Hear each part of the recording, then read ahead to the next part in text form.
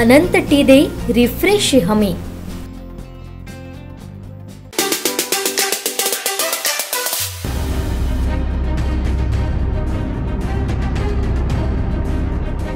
घरगुती भांडणातून स्वतःच्या 4 वर्षाच्या कोवळ्या मुलावर पेट्रोल ओतण्याचा धक्कादायक प्रकार मंगळवारी रात्रीच्या सुमारास सावंतवाडीत घडला। सावंतवाडीतील त्या 4 वर्षाच्या मुलावर सावंतवाडी उपजिल्हा रुग्णालयात उपचार सुरू आहेत। या मुलाच्या नाकातोंडात पेट्रोल गेल्याने त्याची प्रकृती बिघडली।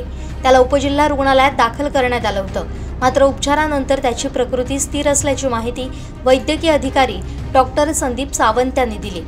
हुसेन गडियाली यांना आपल्या अन्य 2 मुलांवरही पेट्रोल ओतलं होतं, मात्र त्यांना कोणतीही इजा झाली नाही। पोलिसांनी हुसेन गडियाली याला ताब्यात घेतलंय। दरम्यान हा प्रकार घरगुती वादातून झाल्याची माहिती पोलिसांनी दिली आहे। जन्म देणारा बाप 4 वर्षांच्या मुलाच्या जीवावर उठल्यानं शहरात संताप व्यक्त होतोय।